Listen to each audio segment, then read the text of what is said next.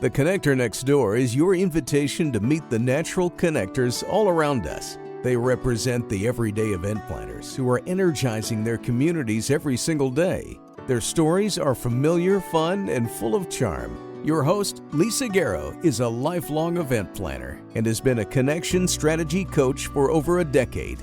She knows events can become energized connecting points where communities can gather and grow. Let's listen in as she strikes up a conversation with today's Connector Next Door.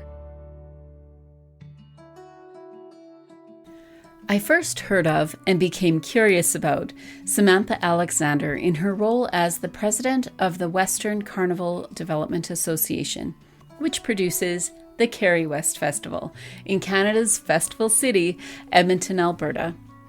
She integrates her life in Edmonton with her frequent travels to the Caribbean.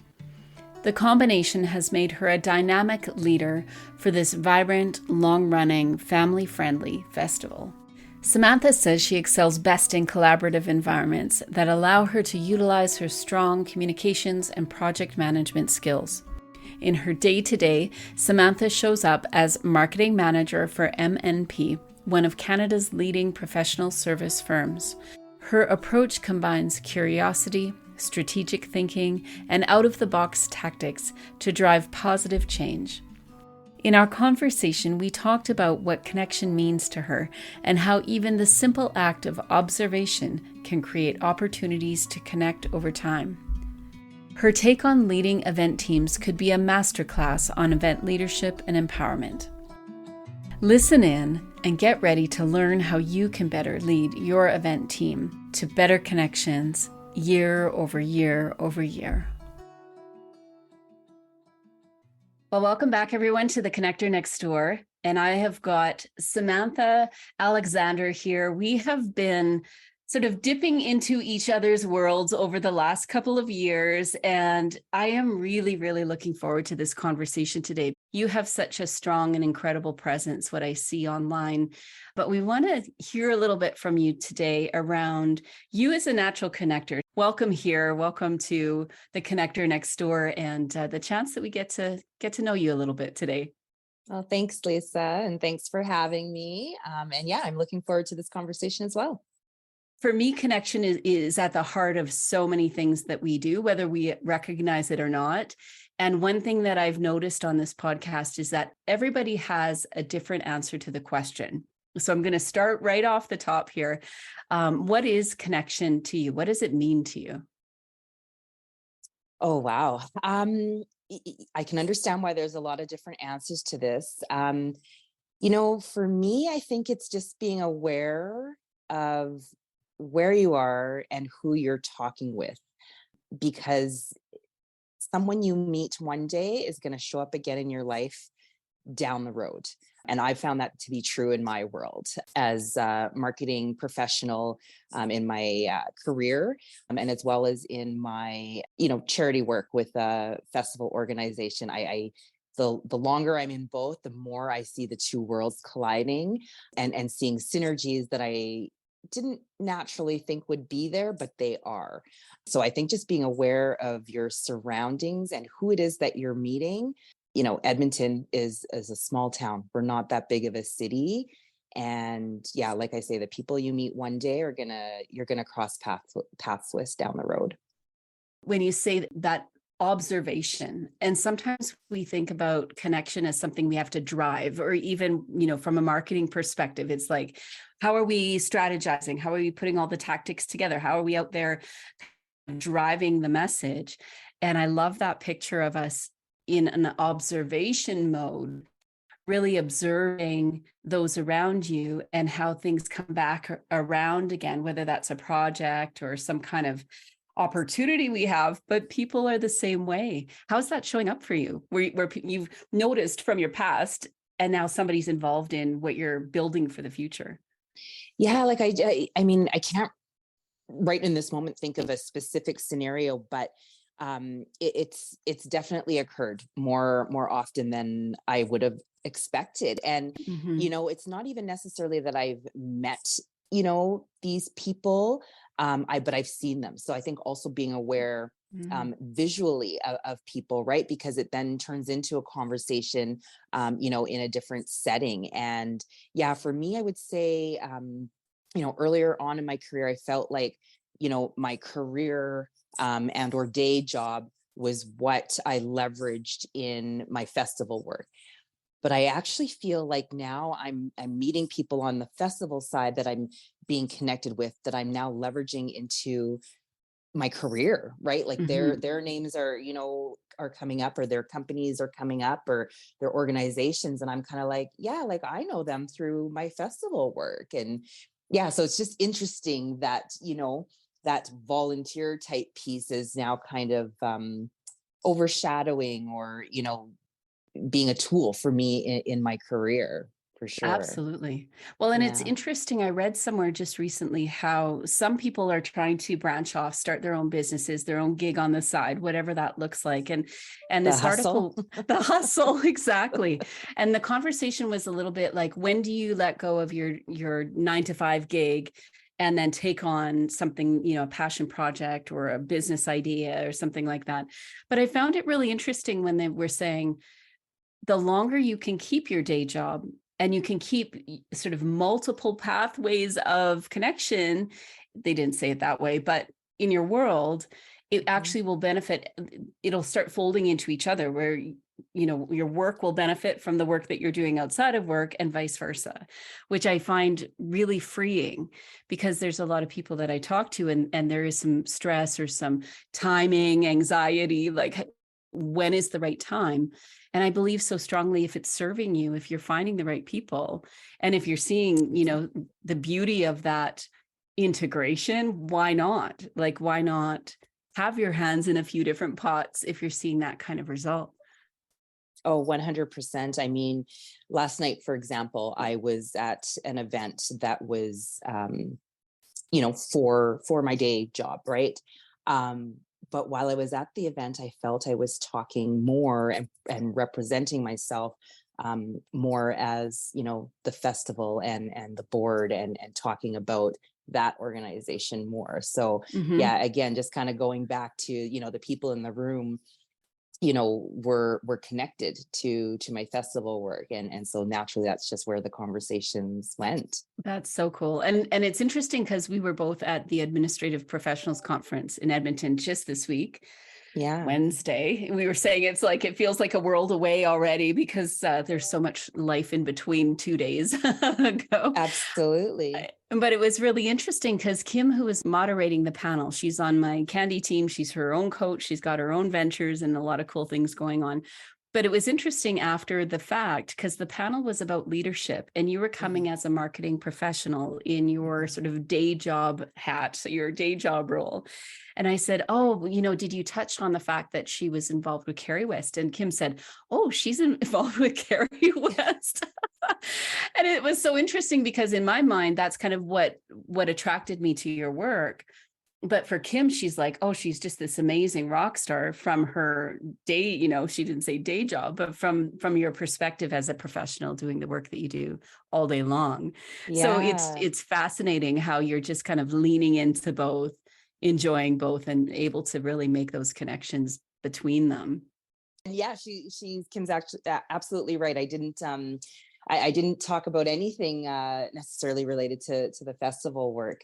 Yeah, so that's interesting. Probably would have been a different conversation, but And I'm sure a lot of it informs each other too, which is, oh, yeah. 100%, 100%, absolutely. Mm-hmm. Like so many learnings I take from my career and apply it, with the board, and some strategies can be leveraged down. So 100%, it's all connected for sure. It's really cool because I was on site, and a lot of the presenters that were there were old friends of mine. So one of Oh, them nice. actually probably oh goodness, over 20 years ago, he was my boss at a radio station in Edmonton when I lived there.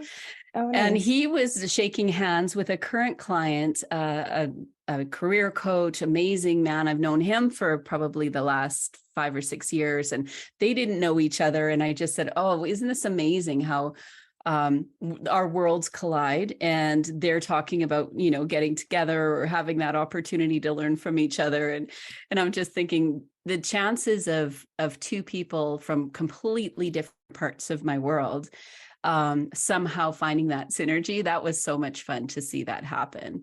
And even you and I think when the first time I met you was we had started something before COVID, and like it was just early 2020 was the Ready Room. And I'm just relaunching that right now. But you were part of what was going to be a Ready Room in Edmonton, and everyone was still a little bit nervous back then about gathering. But then now to see you in this capacity where you're actually feeding in from a leadership perspective, I think we've even had that. I was thinking about that too, and just the way we got connected. So we would have been connected through the festival, right? Exactly. And through that's Lola. how I know. Yeah, and that's how I know her, is through the festival, and then being asked to speak from a different lens. So yeah, it's see, it's all connected 2 years It's all later. connected. I know. Again, that feels like a world ago that we were all kind of fighting through what's going to happen next after the lockdowns. I heard today that COVID is officially over, according to the World Health Organization. So I don't know why that was sort of a happy little moment when I heard that. And I'm thinking, okay, all right, so let's just keep going. Let's do the thing. So for those that are listening, can you tell us a little bit about your work? So they may not know you. So I know we're talking about kind of these two hats you wear. I'm sure there's a lot of other things going on. But can you fill us in a bit on what you're working on today? Yeah, sure. So in my career, I'm a marketing manager for a company called MMP. And so MMP is an accounting and business consulting firm. And so I've been there for 15 years, and really under my hat, under my purview is everything from sponsorships to events to strategy, brand, social media, all of it, resides with myself for our region. And then the other hat that I wear is the president of the Carrie West Festival. So Carrie West Festival is a Caribbean arts festival that takes place in August, and it has been going on for 39 years. This year will be 39 years. Wow. Yeah. That's So amazing. I am in, I believe it's year 6 of being on the board there. So incredible. Lots going on, and the festival season is just a couple months away here. Totally. Which is weird. Well, and that's probably changed again over the last couple of years as well. What are you finding? What are some of the changes you're looking forward to, or you're like, finally, we can actually experience what it should be? Well, last year was our first year back in person, so that was just great and amazing. And I think everybody last year were excited to be out and about, and we had such a good season for weather as well, so that wasn't an issue. And we're looking forward to it again this year. And so far the weather is starting off with a bang here. So it's warm. It's so warm. It feels like it's July already. So hopefully that weather continues, but we're, looking forward to more of the same thing. I guess for the festival, what will be new for us this year is we are going to be opening up our festival grounds. So it will be a license. It will be fully licensed. So that will be new for us. I know some other festivals have engaged in that, like Taste of Edmonton went down that path a few years back. So we're going to give it a go and see how that works for us this year. Awesome. Well, I'm hoping to take July and August mostly off. So I'm kind of eyeing the festival. And is that something that I could actually come up, enjoy, experience it? I've never have before. So that would be amazing to see. Yeah, absolutely. And if you come down for at least one element, you've got to come for the parade. So the parade on August 12th. Yeah, you've got to come for that. So that's amazing. Great. That's so amazing. I'll try to put it on my calendar and make a point of being there. When you think of connection in your world, is this something that was showing up for you when you were younger? Is this something that your family and friends were like, yeah, Samantha's got that, either the bug to connect people or just this gift to bring people together? I would say yes. And probably because, I'm not shy and not afraid to, talk to people in a room or meet new people. And I also was a server. So I was a server for 19 years. So, Oh, worked wow. in the restaurant industry. And as you know, in that space, you're always meeting new people, right? And so, Hmm. yeah, tons of opportunities that I would have had to meet people who, again, showed up later on in life. And I was there so long, and so longer than I would have been at MMP, that sometimes when I run into old friends, I'm like, do I know you from Oh, my restaurant life, or was that from MMP? Because I just have done both for so long. So yeah, no kidding. And always yeah, in Edmonton? Did you grow up in Edmonton? always in Edmonton. Yeah, Yeah. isn't that interesting? So you are like born and raised and bringing the community together there.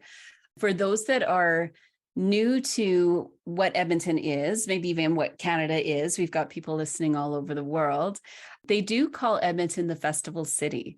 So, Yes. what does that actually mean to you? Because I know when I lived there, that was just starting to birth. So, that was already many years ago that I lived there for probably 5 years. But I love that idea of really claiming the name, Yeah. really leaning in. What does it mean to really produce festivals that are world class? What's that like for you, and what does that actually mean to be a festival city? I mean, I think we're pretty lucky that we do have that title, because we really, really are. Like I believe festival season kind of kicks, well, I mean, it is all year round, right? Like, because there's winter festivals as well. But if we're, looking at the summer season, it really begins as early as June, and ends at the end of August. And we've got a great community. Our festivals get together on a regular basis, like all the festivals in Edmonton. There's several different um, meeting groups, if you will, where the festivals can get together and just leverage best practices. So the city is really great in organizing that for us, along with Explore Edmonton. They're very heavily involved in also helping to promote our different festivals in unique ways, and share, feedback on analytics and such, and things like that. So it's great to be a part of. And, I would say producing the festival gets a little easier every year, right? Ah, You're not really changing too much. You might be looking for new entertainment, but outside of that, like, it does tend to get a little bit easier every year, and with a great community behind you, and the Edmonton is they're great. They're so wonderful at showing up, right? mm, Like, you can always count on Edmontonians to show up to the festivals that are taking place. And even surrounding areas, like, people come up from Calgary for Kerry West. We know that for a fact. Or, hotel blocks will sell out in record time. So yeah, it's just a great place to be. And yeah, happy to be a part of it. with Kerry West, what makes it unique? The community probably they're looking forward to it every year. I'm guessing that this is a place to gather with people that you, even family, I would think, family and friends that maybe you haven't seen for a while. What makes Kerry West like top notch, unique, something that people should actually put on their calendar? Well, I think Yes. because we are, the biggest Western Mm, in Western Canada. We are the biggest Caribbean festival. And the fact that we've been going now for 39 years consecutively, and about to celebrate 40 next year, it just goes to show that we've continued to grow and innovate, and change the way we do things. So while while the festival itself is always, 3 days, and has its, parts that are always there, we are always tweaking things, and, kind of adding new initiatives each year, which make, people come out again and again, to see what changes we've done, and what's new. And like you said, to visit with old friends, and to come out with family, because it is very family oriented, from little toddlers right up to, grandmothers. And my mom, when she would have started, would have just been a mom, but now she's a great grandma, and still amazing. attending. Yeah, still attending. She might not be putting on a costume anymore, but she is there on the weekend, having just as much fun as her grandchildren. So Ah. yeah, it's just a great time. And very vibrant, and inclusive of everybody, and always has been. It's always my favorite time of year, yeah, to reconnect with old friends. And it's amazing when an event becomes almost a tradition. Mhm. And it's something that, like you said, there's not a whole lot of changes. Maybe the entertainment or some of the people that are coming might be, you'll be adjusting that year over year. But to come to something that a bit what to expect, you understand sort of how it works. And I say quite often that events should be affordable, repeatable, and scalable.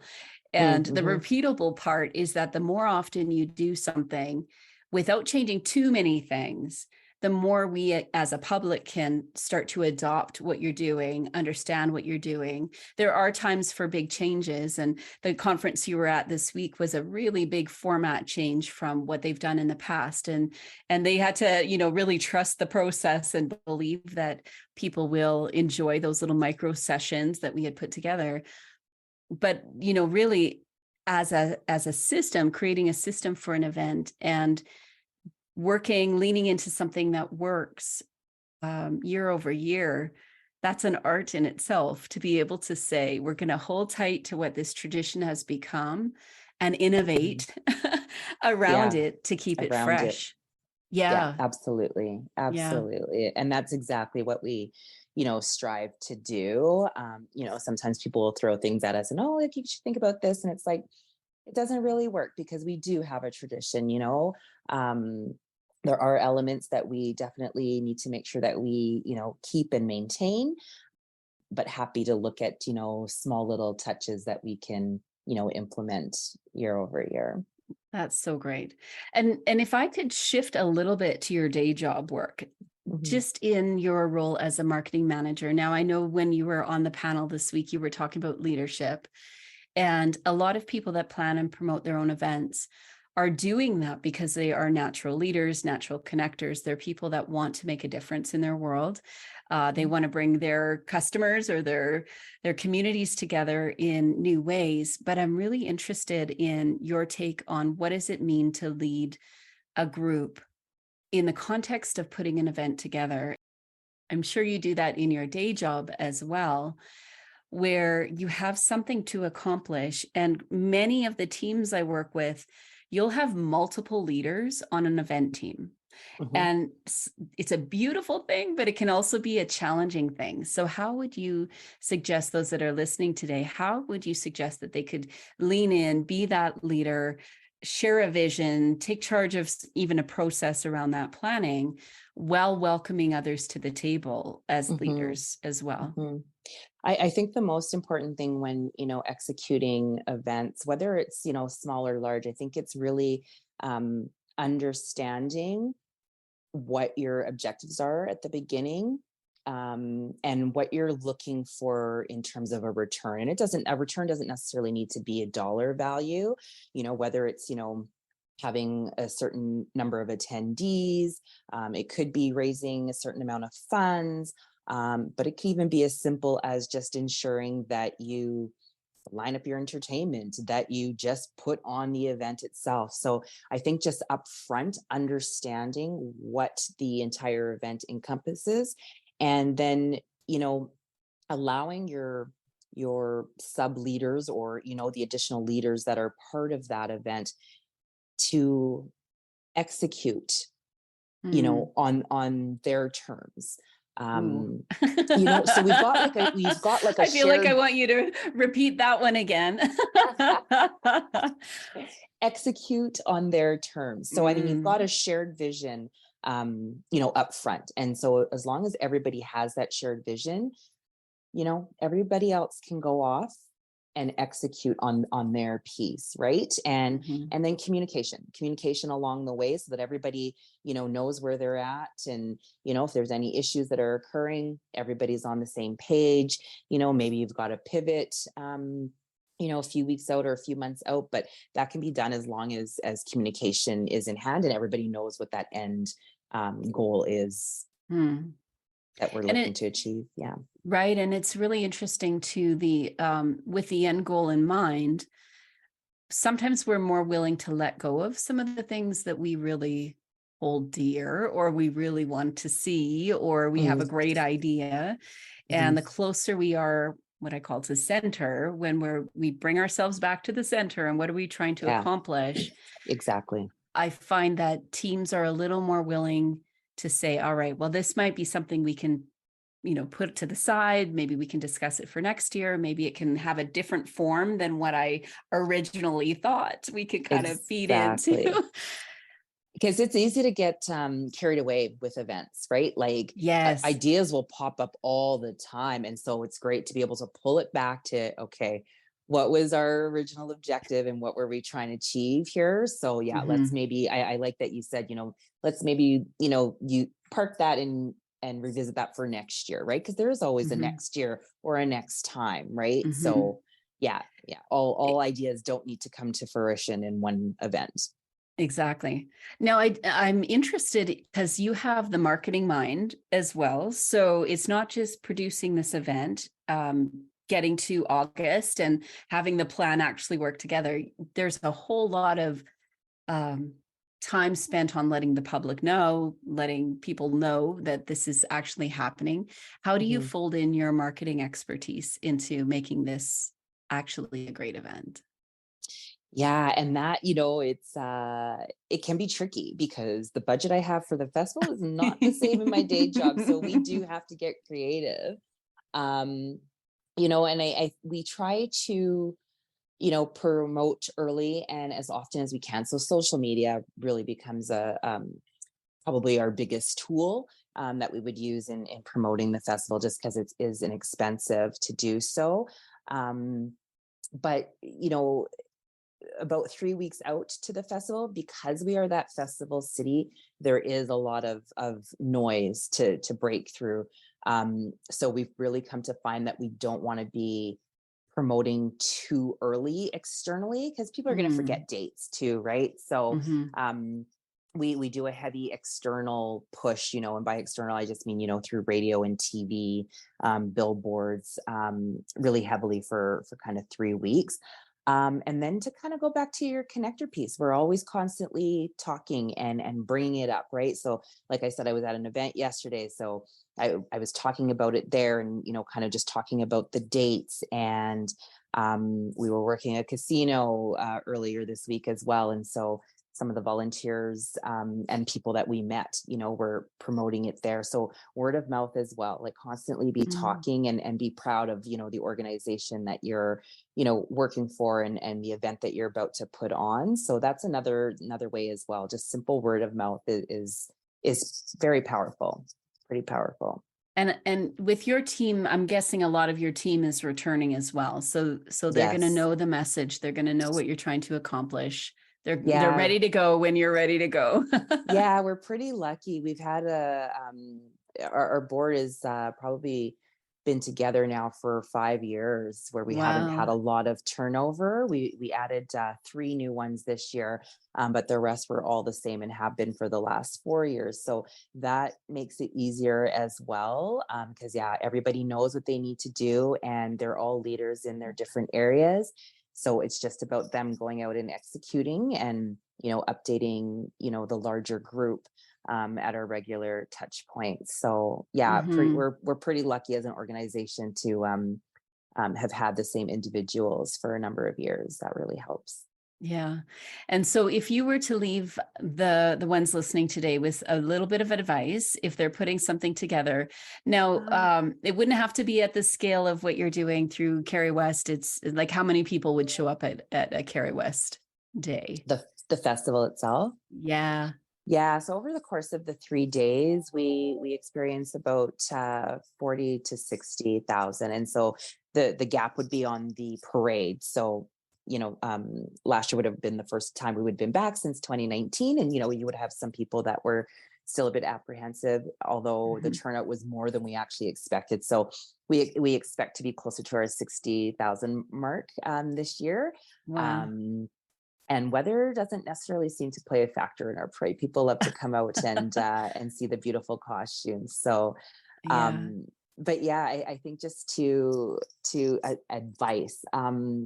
I think planning early and communicating often would Mm. be my advice, right? Like set out your plans way in advance, get that overarching concept idea, build out timelines, deliverables that you'd like to hit at key moments throughout your planning, and communicate often with your stakeholders, right? Like keeping the group informed as to where everybody is, I think will help make for a successful event, for sure. That's awesome. Thank you so much for taking the time. This is inspiring. For those of you around the world that are saying, when is a good time to come to Canada? I would say probably August, come to Edmonton. Yes. And Lots join Samantha. Lots going on in August. And in particular, the Carrie West Festival. Thank you so much for sharing who you are with us, and you as a natural connector, always so inspiring to hear what you have to say. If somebody wants to either come to the festival, get to know you a bit, continue this conversation, how can they get a hold of you? They can get a hold of me through our website, carriewest.ca. We've got a number of email links in there where they can reach me, or they can follow us on socials as well and DM us a message, and that will get to me as well too. Awesome. Happy for those reach outs when people reach out on social media. So yeah. Perfect. Thank you so much. And I'm sure we'll be back in touch again soon. There's so much going on, and I'm looking forward to continuing to get to know you better and support however we can here at Candy. So thanks again, Samantha. So appreciate it. Thank you, Lisa. The Connector Next Door podcast is produced by Candy Event Consulting, where everyday event planners and their teams gain clarity, get connected, and grow in confidence. Subscribe at www.candyconsulting.ca to hear visits with everyday event planners who are putting connections first.